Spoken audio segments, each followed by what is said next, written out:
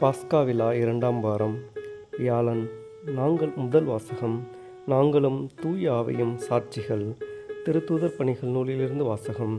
அதிகாரம் 5, இறைவசனங்கள் 27 முதல் 33 வரை.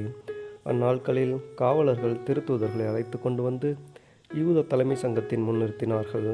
தலைமை குரு அவர்களை நோக்கி, நீங்கள் இந்த இயேசு பற்றி கற்பிக்கக்கூடாது என்று நாங்கள் கண்டிப்பாய் கட்டளையிடவில்லையா?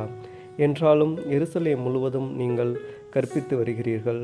மேலும் இந்த மனிதருடைய இரத்தப்பழியையும் எங்கள் மீது சுமத்த பார்க்கிறீர்களே என்றார். அதற்கு பேதுருவும் திருத்தூதரும் மறுமொழியாக, மனிதர்களுக்கு கீழ்ப்படிவதை விட கடவுளுக்கு அல்லவா கீழ்ப்படிய வேண்டும்?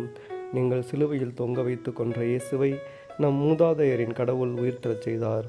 இஸ்ரேல் மக்களுக்கு மனமாற்றத்தையும் பாவ மன்னிப்பையும் அளிப்பதற்காக கடவுள் அவரை தலைவராகவும் மீட்பராகவும் தமது வலப்பக்கத்துக்கு உயர்த்தினார். இவற்றுக்கு நாங்களும் கடவுள் தமக்கு கீழ்ப்படிவோருக்கு அருளும் தூய ஆவியும் சாட்சிகள் என்றனர். இவற்றை கேட்ட தலைமை சங்கத்தார் கொதித்தெழுந்து திருத்தூதர்களை கொல்ல திட்டமிட்டனர். ஆண்டவரின் அருள்வாக்கு. இறைவா உமக்கு நன்றி. பதிலுரை பாடல். பல்லவி.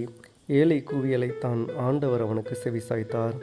ஆண்டவரை நான் எக்காலமும் போற்றுவேன். அவர் புகழ் எப்பொழுதும் என் நாவில் ஒலிக்கும். ஆண்டவர் எத்துணை இனியவர் என்று சுவைத்து பாருங்கள். அவரிடம் அடைக்கலம் புகுவோர் பேறு பெற்றோர். பல்லவி. ஏழை கூவியலைத்தான் ஆண்டவர் அவனுக்கு செவிசாய்த்தார். ஆண்டவரின் முகமோ தீமை செய்வோருக்கு எதிராக இருக்கின்றது. அவர் அவர்களின் நினைவே உலகில் அற்றுப்போகச் செய்வார். நீதிமான்கள் மன்றாடும்போது ஆண்டவர் செவி சாய்க்கின்றார்.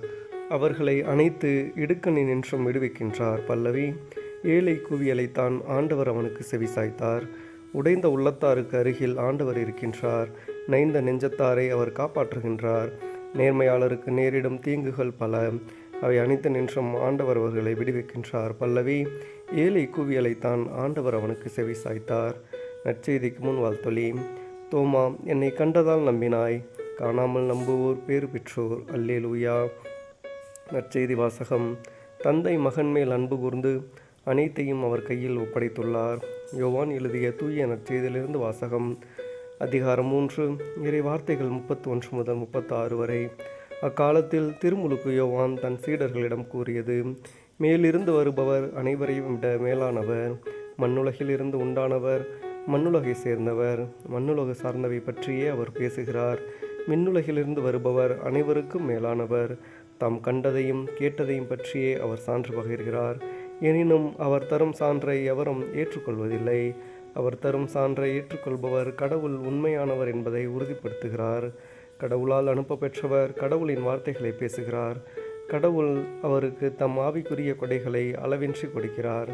தந்தை மகன் மேல் அன்பு கூர்ந்து அனைத்தையும் அவர் கையில் ஒப்படைத்துள்ளார். மகனிடம் நம்பிக்கை கொள்வோர் நிலைவாழ்வை பெறுவர். நம்பிக்கை கொள்ளாதோர் வாழ்வை காண மாட்டார். மாறாக கடவுளின் சினம் அவர்கள் மேல் வந்து சேரும். ஆண்டவரின் அருள்வாக்கு. கிறிஸ்துவே உமக்கு புகழ்.